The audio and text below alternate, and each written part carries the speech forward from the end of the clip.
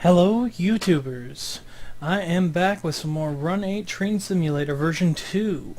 I got another request from this fellow right here at the bottom of the screen asking how to stop trains from breaking in half. Now, for some of you, maybe, I didn't mention that coupler physics are actually in this simulator, meaning things like pulling a heavy train up a hill, doing it the wrong way can often break your train in half, and you actually have to go back, find the coupler that broke and fix it, and then put the train back together, build up air pressure, and take off.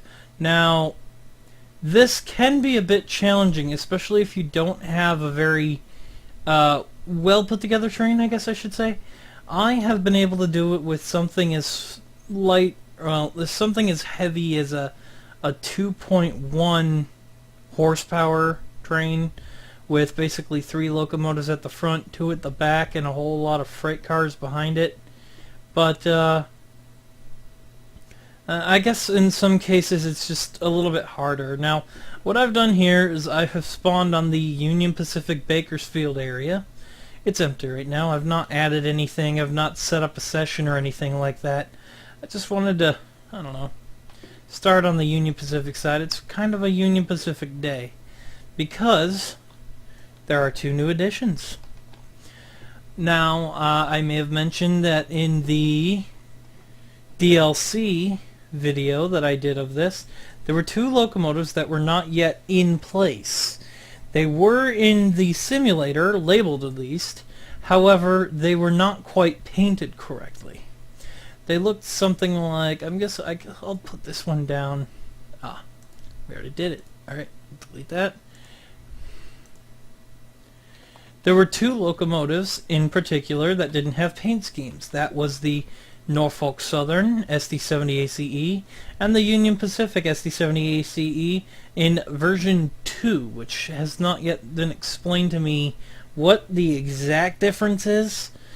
As far as I can tell, it seems a little bit brighter. I'll probably have to put them back to back and figure that one out. They both used to look like this. Just typically that, minus the font, the color on that used to be different because each one has a different font. Like you see how this one's a dark red with a black outline, that one's pure white, whereas this one is just pure red. This one's a specific Run 8 paint scheme. It's not like it's missing textures or anything like that. It's just pure Run 8. These 2 were exactly like that, because they were not yet in the game, in the simulator. However, just about a week ago, they released as a Happy Christmas update for free. And they're just 2 paint schemes you can add to the simulator for absolutely nothing. And you know what? I'm happy. Norfolk Southern SD70ACE looks nice. I noticed there is a bit of a difference where the headlight used to be there, and now the headlight's up there. At least on some of the other models. For example, this one right here, the headlight's on the nose. You can see it right there. Whereas everyone else, it's up here. Especially on this one. So, maybe that is the thing, is that Norfolk Southern and the second UP SD70ACEs were different ever so slightly. These aren't M-2s, I know that. They are pure SD70ACEs. The only difference between an SD70ACE and an M-2 is just, I believe, the traction motor, and there might be something else, I don't know yet. But in any case, it's just as simple as this. And, yeah, so that's the only addition today. Let's go ahead and delete all that. Let's bring this back up. Don't want you. Don't want you. Deletes that. Put this in here. Let's see what we're looking at here. This is the new one, and that's the old one. Right away I do see that I was right. It is brighter. Definitely brighter. The gray might be a slightly different tone as well. Could just be the lighting.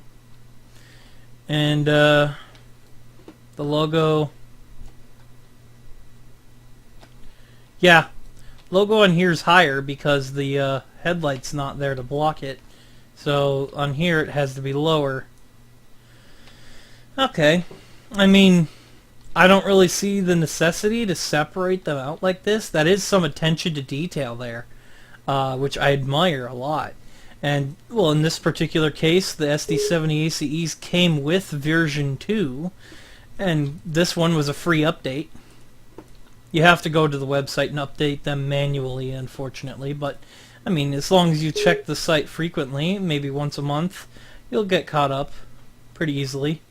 In any case, seems that with this update, I've decided I wanted to just tell you guys about them.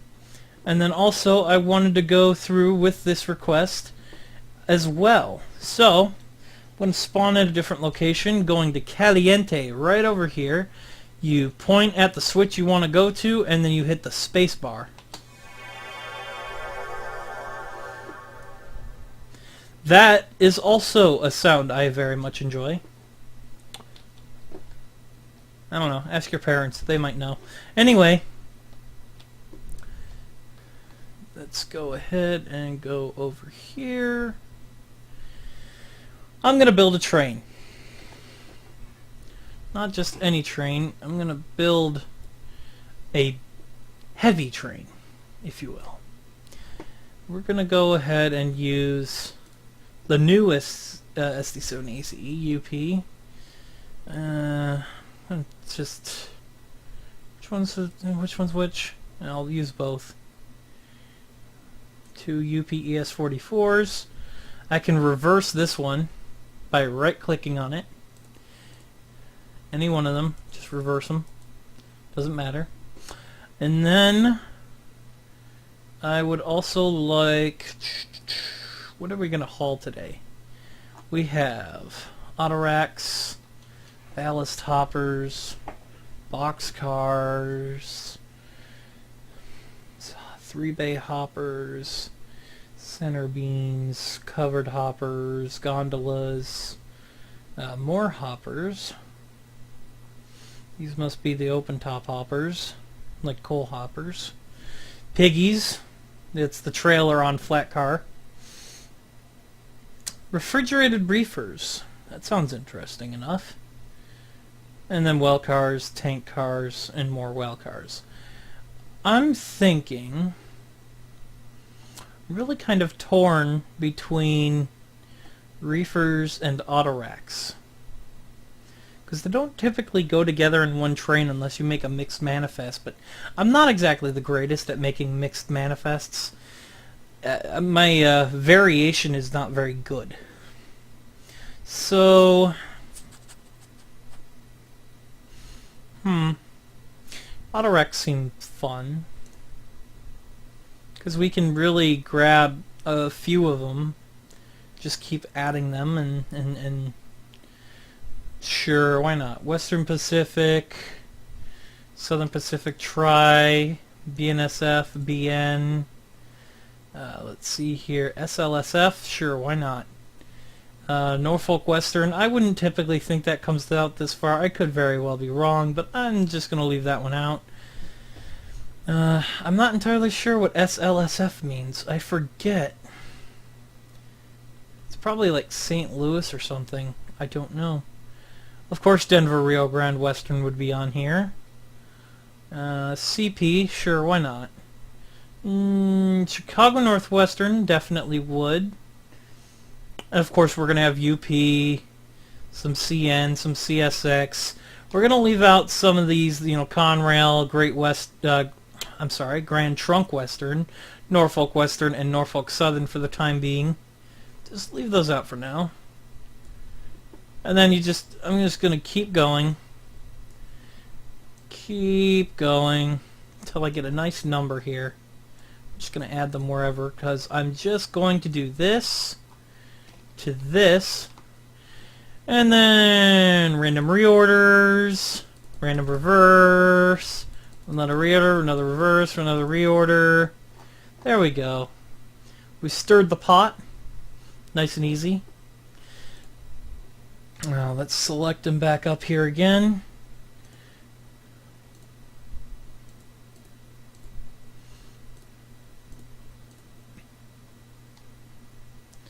Go without the CSX this time. We'll add some NS. Got some more room here. Then we go back up here, from here to there. Random reorder, random reverse, random reorder. It's a good way to stir the pot.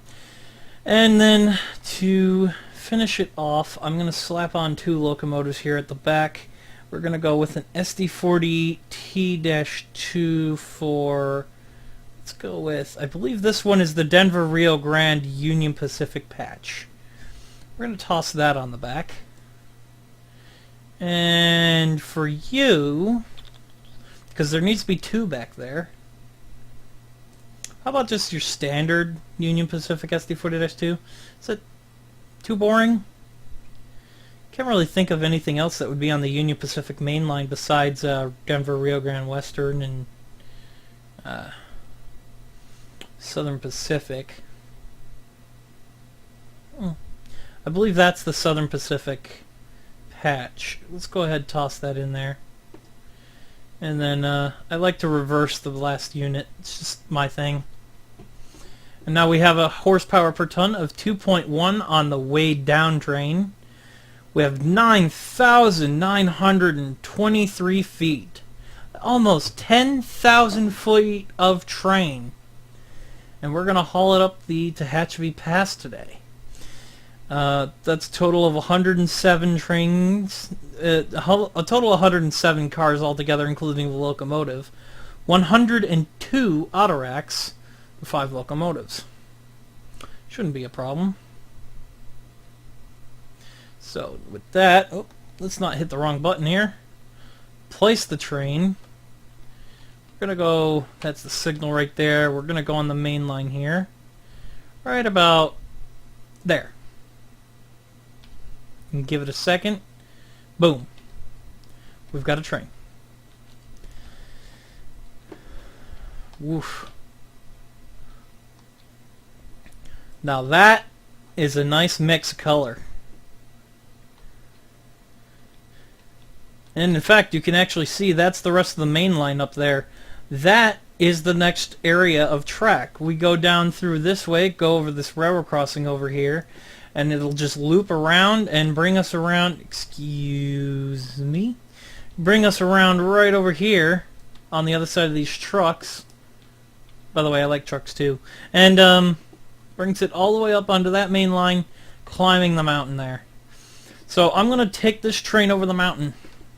Or at least a part of it. I'm not going to make it all the way to the top. It's going to be way too long to do that. But let's get it all set up here. I'm going to go here. And then we're going to start.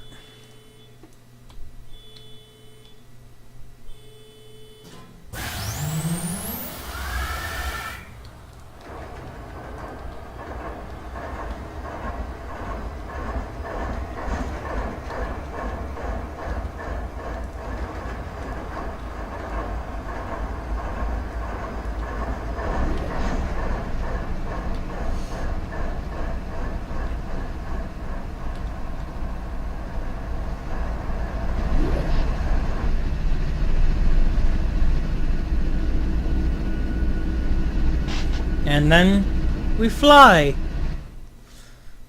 And whew, this is a long one. Went well out of the siding. Ah, wow. Oof. That is a long train. Let's get back down here. These would typically be our helper units, and I'm pretty sure doing this in real life would be extremely rare. I don't even know if this is possible at all. Getting 2 patched units, a Rio Grande Western and a Southern Pacific tunnel motors put together. I don't even know.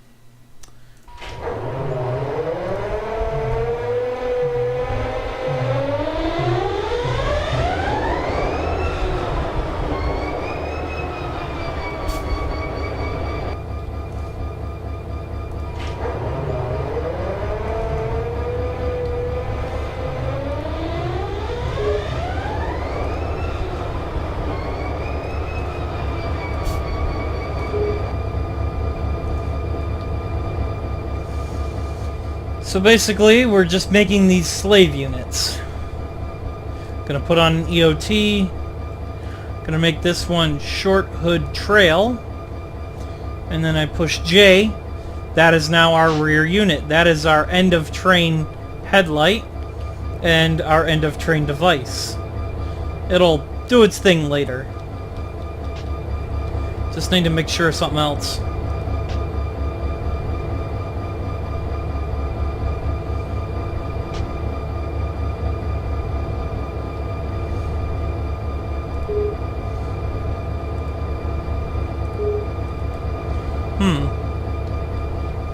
Is there something missing here? Every single train car. Oh, that's no good. Every single train car has the basically the air system closed off. We don't want that. But that means I'd have to go through every single train car and do this. Hey, that's pretty cool. Yeah, I'm just gonna cheat this. Very sorry. I know I said I don't like doing the cheat buttons, but I apparently have it set up in such a way that when I spawn the train, it's gonna automatically set everything into closed, which means basically my entire train will have no air brakes. We can't have that. So I'm just gonna do, let's see, auto air brake. Yep, automatically set. Have been reset for normal operation. Air brake system recharged. There you go. Alright, we did this. Alright, let's go ahead and MU. Connect. And connect. That should do it for them.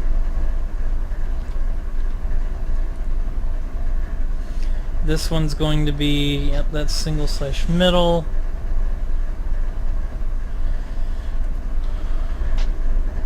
It should be all set.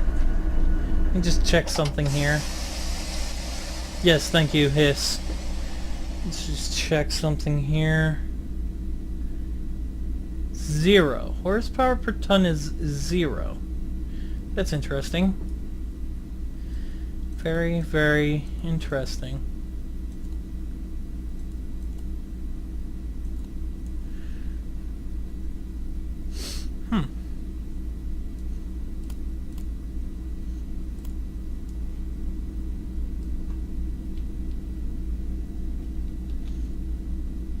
Why is it 9? Shouldn't be 9.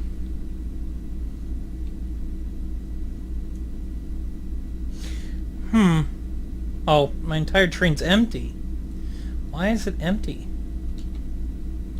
It shouldn't be empty. We're gonna do this. Entire train is now loaded. I guess I'm gonna have to do auto MU and auto DPU. Maybe I set it up incorrectly. So that should fix that. Yeah, there it goes. That's proper. Doesn't seem to recognize... Well, there's no EOT error, so it recognizes the EOT on the rear end. Nice radio. Seems that the interior's a bit different.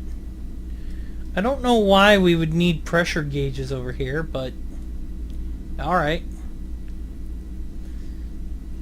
Everything appears to be in order. We have the EOT, we have error. According to this, we have error. DPU is set up properly. Let's do a test brake application.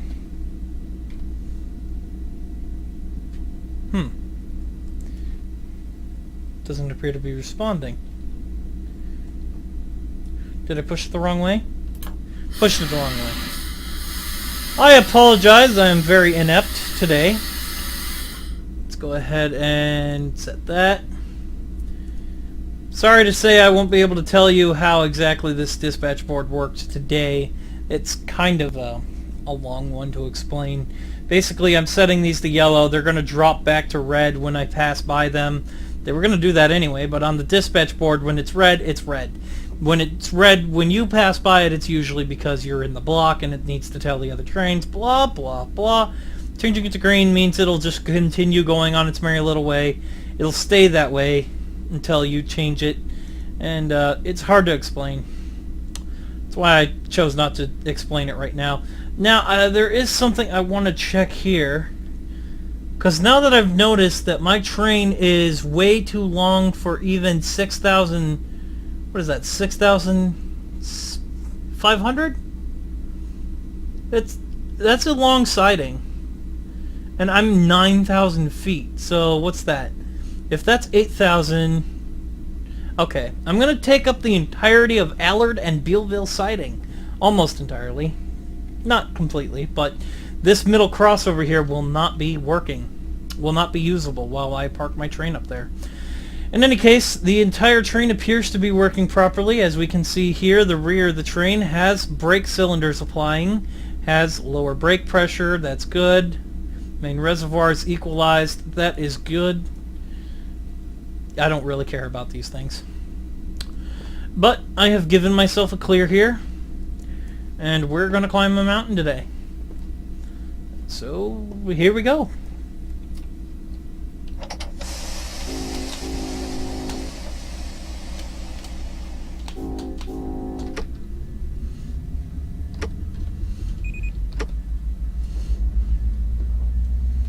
Now down here, we're kind of on a flat surface. It's not completely flat, but I mean, like, it's not exactly going to be difficult to get moving. I said get moving. Thank you. So it's not really going to start to get challenging until I reach about, I want to say, like, behind that convenience store right there. It's like right over in there. It starts to go uphill. And it starts to really climb. So, yeah. There's a way to use the fence here. And that is a way I will be teaching when I have to use it. And I would also like to point out I am definitely using the experienced mode. High seniority hogger, train handling. If you use piglet foamer mode, there is no way to break a coupler. You can't break a coupler using that mode. So using high seniority hogger mode means that all the physics are applying. You could break a coupler, all that fun stuff. I just wanted to point that out. I am using that mode. I'm not cheating here for a video to show you how to not break a coupler. It's going to be completely legitimate.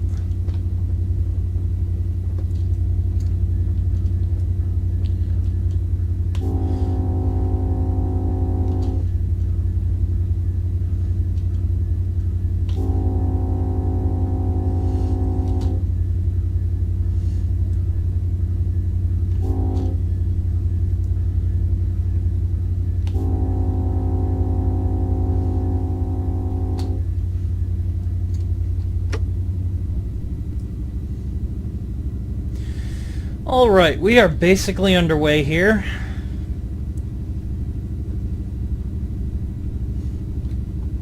We're doing alright.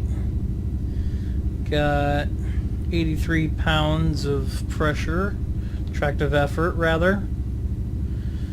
I don't know what the K stands for. I'm going to assume kinetic pounds. Because really we're just transferring kinetic energy into the wheels, and friction's what's propelling us forward at this moment. But train seems to be rolling along pretty nicely. And the rear should be pushing pretty hard. I'm going to go check on that. Control F12. Yep. They're doing their job.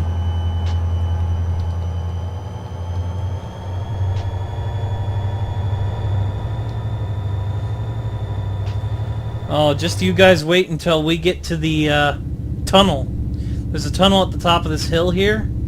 When we go through it, the smoke billows out the other end. It's beautiful. Right now we're in notch 6. We're doing okay.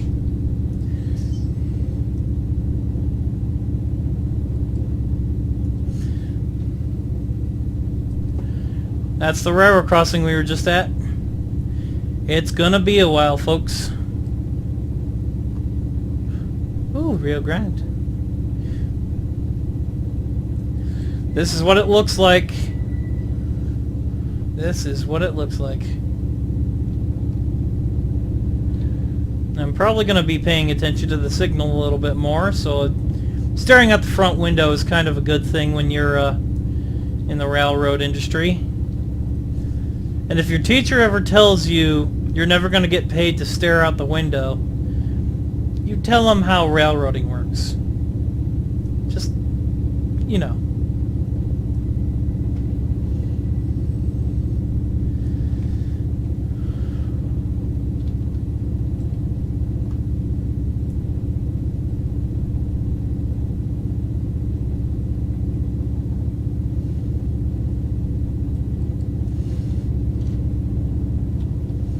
Gonna float up here. Pay no mind to the floating head leaving the cabin.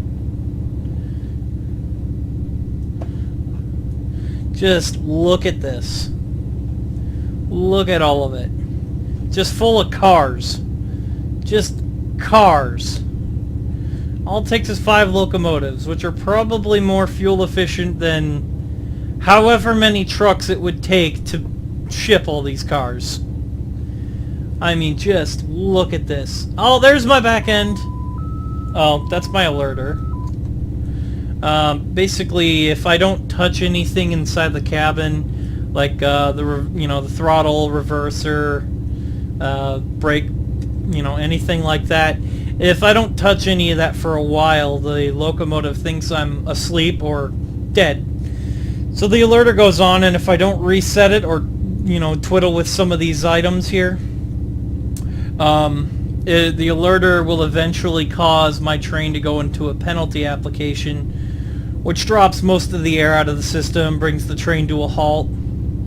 It's a safety mechanism.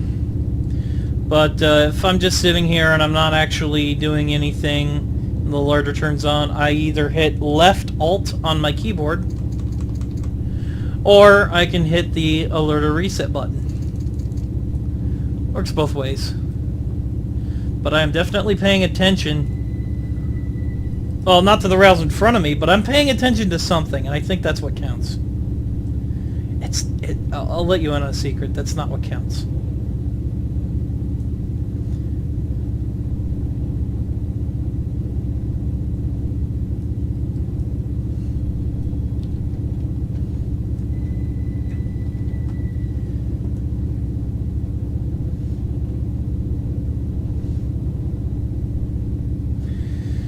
I want to just take this moment to remind everyone, multiplayer is still a thing on this simulator. Can you imagine just being in a multiplayer session, just walking around, being a person who's online, and just looking down at this?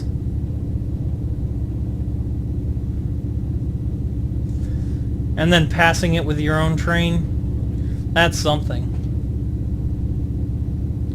Really is something. Well, around that corner is going to be the first tunnel. And at this point, I want to gain a little bit of speed because we're going to start slowing down. So, what I do is I hold left shift, close bracket.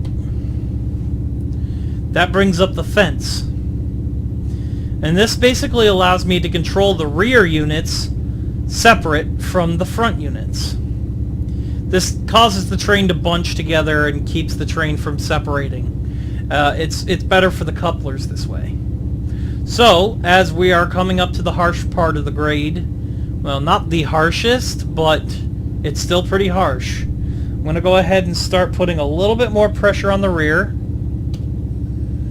There we go. It's now notch 7 on the rear. Those 2 tunnel motors are working their hardest back there. Remember, you don't want to do it too hard though, because with this train going around a corner like this, you can push your train off the tracks. It's easier than you think it is. And it's not something that the simulator simulates, but in real life, you don't want to do something like that. It does take a lot more tractive effort than this to do that, but you know. It's just food for thought. Forgot I had my flashlight on, sorry.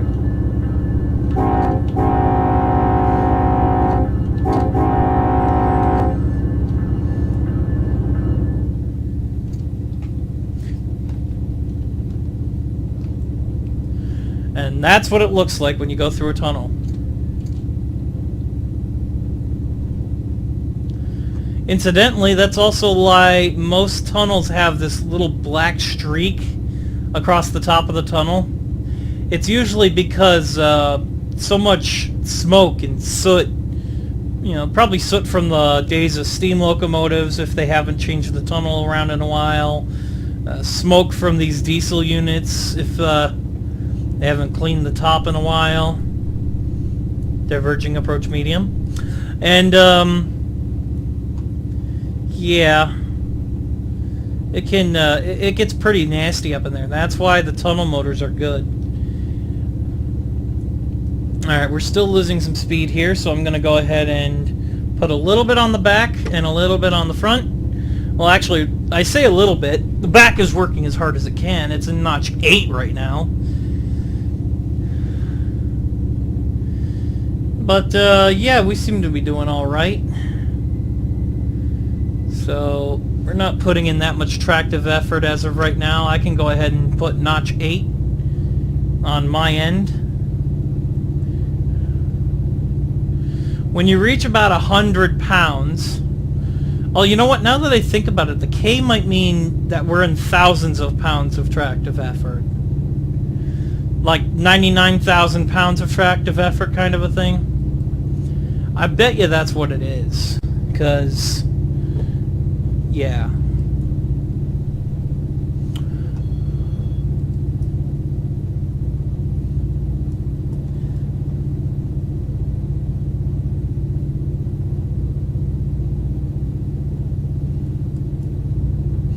I'm not talking to Chuck. He did some bad things last time I tried to do this. He did bad things.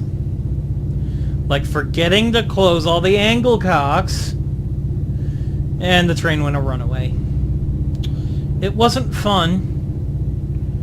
And basically it broke my train. And I had to redo everything. That's a video you'll never see.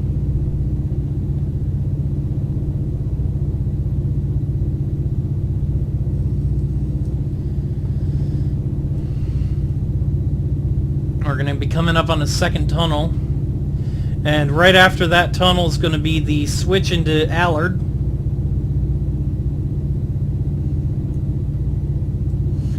We seem to be doing okay. When the tractive effort gets into about 120, 130, I typically try to back down a little bit, but as of right now we're doing alright. The accelerometer seems to say that we're going to be losing some speed here. This is about -1, -2 is where it's hanging around right now, and we've just dropped 1 mile per hour. So we're getting into the tough area.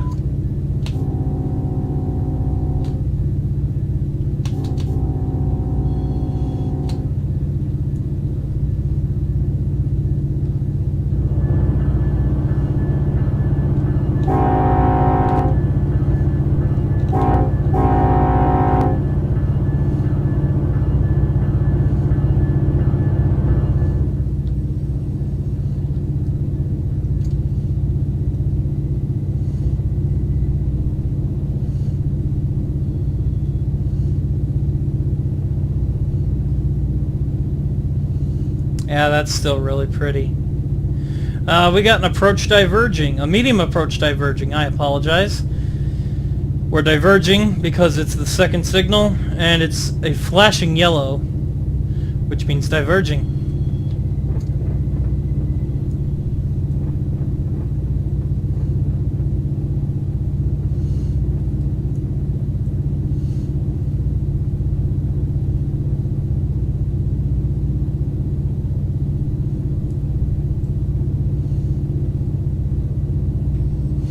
Tractive effort's getting up there. We still got a long ways to go. And a whole lot of train to get there. But I'm eastbound. Just watch old Union Pacific run. Oh, that was horrible.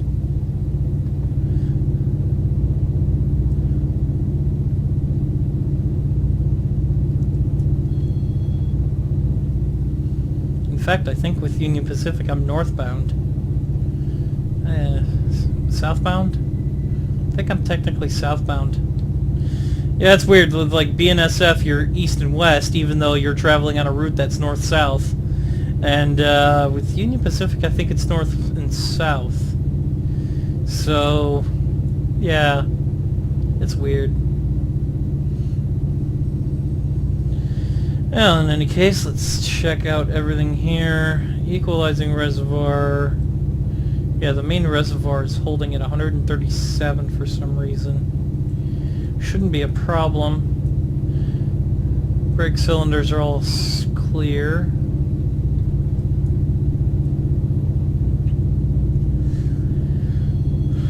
Get used to this number. Lower end double digits and single digits. It's gonna happen. Long, heavy trains don't typically thunder up the mountain as they do chug slowly. Alright. Shush. So, right now, doing about 123,000 pounds. It doesn't seem to be letting up at all. I'm pretty sure it lets up somewhere a little bit higher up. Right about up there, I think. Because right now, we're doing it pretty steep. You want to see how steep?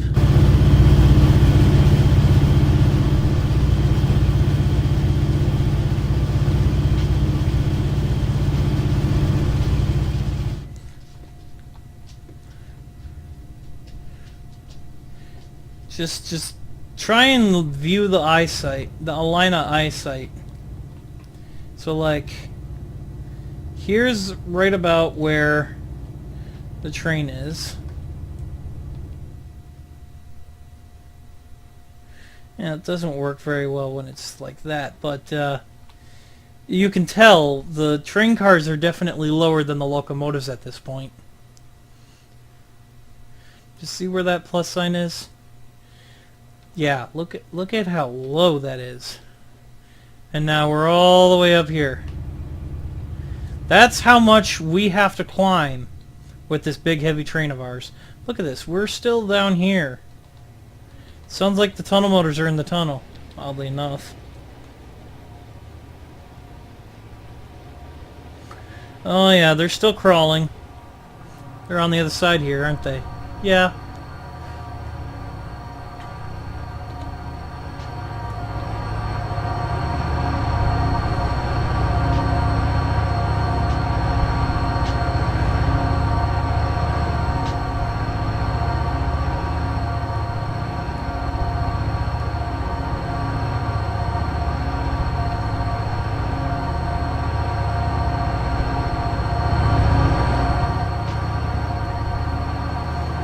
That is the reason for the tunnel motors. However, that tunnel wasn't nearly long enough to need that. Just look at this grade difference, though. That is just insane. Like, I'm not holding the camera at an unusual angle. You're seeing that, right? This is just how heavy, or how much of a grade we have to climb with almost 10,000 pounds of 10,000 pounds of vehicles. Trains typically look like this, mind you. But we seem to be doing all right. By the way, never get out of the cab when you're driving. I can do that because I'm in a simulator and I pretty much know what I'm doing here. But don't ever get out of the cab in real life. Never. Especially when it's running.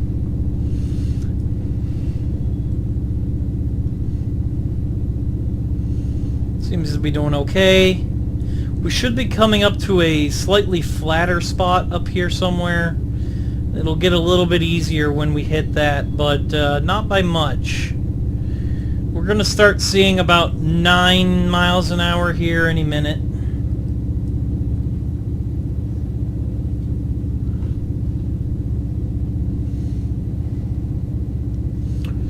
Well, I guess I can go over some of the controls here. Basically, don't touch anything. It's easy enough. This right here is the emergency for the EOT. That's fun, because it actually works. There. You flip that little switch in there, it'll turn the rear of the train into emergency. And that's pretty good for doing things like stopping.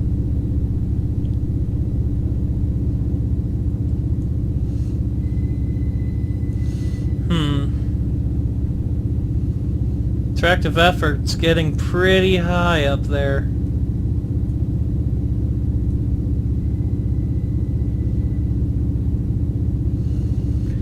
Don't really know if I can bring it any lower. I probably should. So I'm gonna drop it down by 1 for both of them.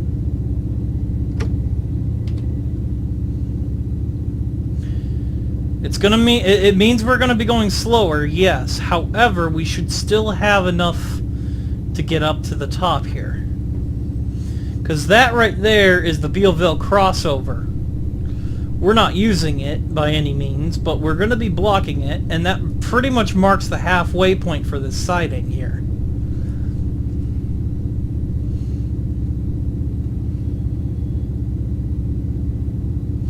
But we have greatly reduced the tractive effort by about 9 pounds while we're still moving, which is always good.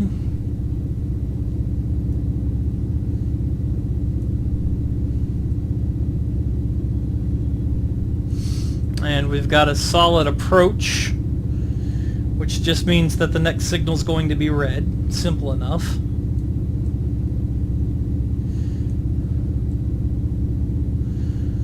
Yeah. Sorry if this hurts your vision of driving trains. They're not all speed demons, glitz and glam. Sometimes it's slow grinding up the mountain. Sometimes it's a literal grind, where your wheels are slipping in place and turning the rails into pudding. However, if you do it properly, you will get a massive train to its destination. And if you're some kind of a god, you'll do it on time.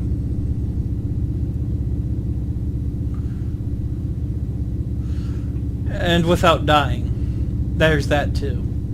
But, you know, it's not going to be speeding all the way. It's going to be chugging all the way at 6.4 miles an hour. Mind you, that's only a small portion of this mountain. The mountain doesn't crest until we reach Tehachapi. Like right about here. The summit's right over here. So like we've only gone from Caliente to Allard and Bealville, which mind you, the dispatch board, I actually started off like right about here. That's where the Union Pacific Bakersfield spot was that I was at, the yard was at. And then I transported myself to Caliente and drove the train from here to there. And it has taken, I want to say roughly an hour. And that's with low power. I don't have that much power, to be fairly honest.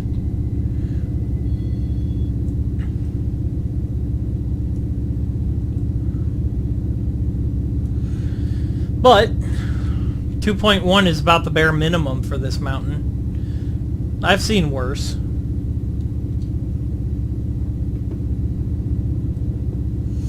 I remember one friend of mine that had to take a tanker train up this mountain at 10 miles an hour the whole way. It never actually stopped being 10 miles an hour, but it got real close to breaking in half at one point. But you see how stable this is now? Yeah, we're crawling along at 6.6, 6.5, but it's still moving. We're going to get to where we're going eventually, but we're still moving. And we're still holding a nice tractive effort of 131,000 pounds. I think that's decent. Yeah, we're also draining our sandbox. However, that's a whole nother story that, you know, we don't want to turn the rail into pudding. That is something that can happen because locomotives are massive and strong. But once we get to a nice little smooth out point, we should be able to speed up a bit more.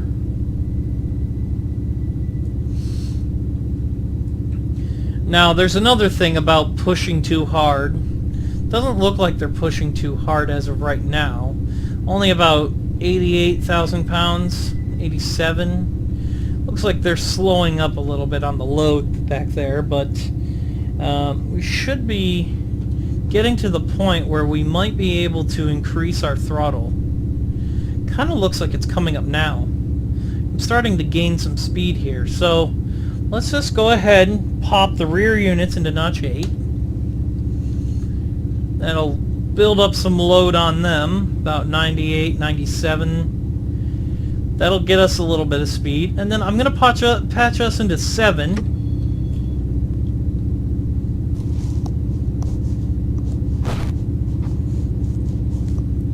Now it's going to be high on the tractive effort there, but we are keeping the train bunched together.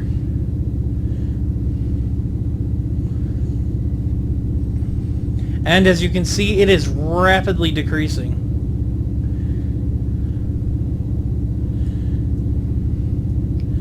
The lower your tractive effort, the better off you are, really. I think 150 was really pushing it, but we seem to be doing okay. I don't think I'm going to break anything at this point because I've gotten pretty far. Look at this. Look at that. Oh my goodness. All the way down there. Just a giant metal snake full of vehicles. 10,000 feet goes a long way, people. And there's where we used to be. That's a part that we used to be at. And there's a part that we used to be at. That looks like that's the end of the first tunnel we went through. Keep in mind, the draw distance on this simulator is very far. So, I mean, I remember times where I used to be up here at Bealville. I'd look straight down the mountain, and I could see Caliente from where I was standing. And I'd see other people's trains just casually driving along. Might have been actually from the next sighting. I know the next sighting up has quite a bit of a good view from where it is. I don't remember the name of the sighting though, but that's besides the point. Let's get back in here. We're still decreasing in tractive effort. We're still doing alright. We're doing good. But we are coming up to the end of the Bealville sighting. Is my train in the hole? My train is in the hole. We can close off that switch, allowing mainline movement. But we're still crawling about 9 miles an hour. There is another tip to all this, and that is that you typically, when you're going uphill, your train is going to be stretched like crazy. So braking, stopping your train can be a bit difficult, because if you stop too hard from the front towards the back, which is typically what your train line pressure will do, when you pull this lever right here, it tells this locomotive to start releasing air and to start putting it into the brake cylinders, and then it has to send that signal down to the next locomotive, and then to the next car, next car, next car, next car. As fast as it is, a 10,000 foot train is going to take some time for it to reach the other end. So while you're up here slowing down, the rear of your train starts catching up. The slack action will take effect faster than the air brakes will. So what you typically need to do is you need to start slowing down your train gradually, using a little bit of less here and then a little less there at the rear, and then another little bit of less here. Well, I would put it a little less on the rear, but right now they're kind of underpowered back there, and I don't want to put too little effort on the rear right now. Once we get down to about notch 3, should be better. I'm going to try and pull up to the whistle post here. That one right there. That's a railroad crossing. We need to stop before it so we don't trigger it. That'll cause a lot of problems since we're stopping the train here, parking it. We don't want that railroad crossing to be down, blocking traffic for no reason. So let's drop some more speed on them, drop some speed on us.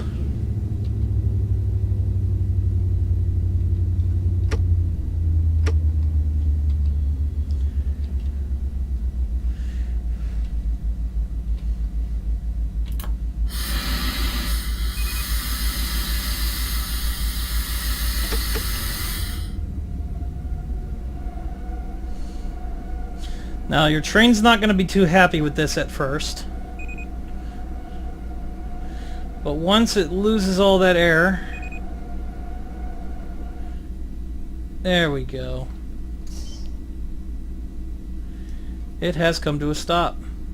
And if done correctly, your train should be slightly slacked off here. Because basically, there's a lot of problems with kids, vandals coming up here. They'll, like, you know, run over here. They basically have a slight knowledge of how these trains work, and they'll close the angle cock here and bottle the air pressure. The air pressure will eventually even out, and then you pull on the knuckle coupler here, the pin, and release the train. It'll eventually head down the mountain by itself. That causes problems. However, when you stretch the train out, that basically makes it nearly impossible to pull the pin on the coupler, which means they won't be able to pull the pin on it, which means it'll never release from the rest of the train. It's squished between too many pounds. And actually, I have a way of checking where I'm at with that. Let's see here. No. Oh, that was it's that one right there. I now have 50 pounds, 50,000 pounds by the looks of it, on those couplers. 50,000 pounds tends to hold metal in place. So there's no way that kids are going to come around, mess with the couplers, and run off. Obviously, this is a simulator. It doesn't really actually do that. Kids don't come around in the simulator and mess with your train unless you're in multiplayer and people mess with your train. There's ways that you can stop that from happening, but in any case, I do that here because it happens in real life, and simulators are meant to emulate real life. Do it as best you can, why not? Well, I hope you all enjoyed that. It really is kind of difficult to make sure that the train never breaks in two. It is not an easy task. However, if I made it look easy, I apologize. Sometimes you just know what you're doing, but you don't know how to explain how you know what you're doing.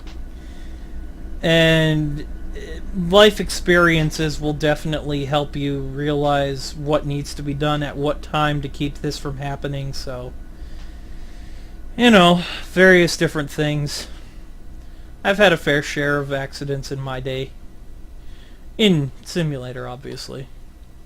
But that's the gist of this. Hope you guys enjoyed it, and I'll see you next time.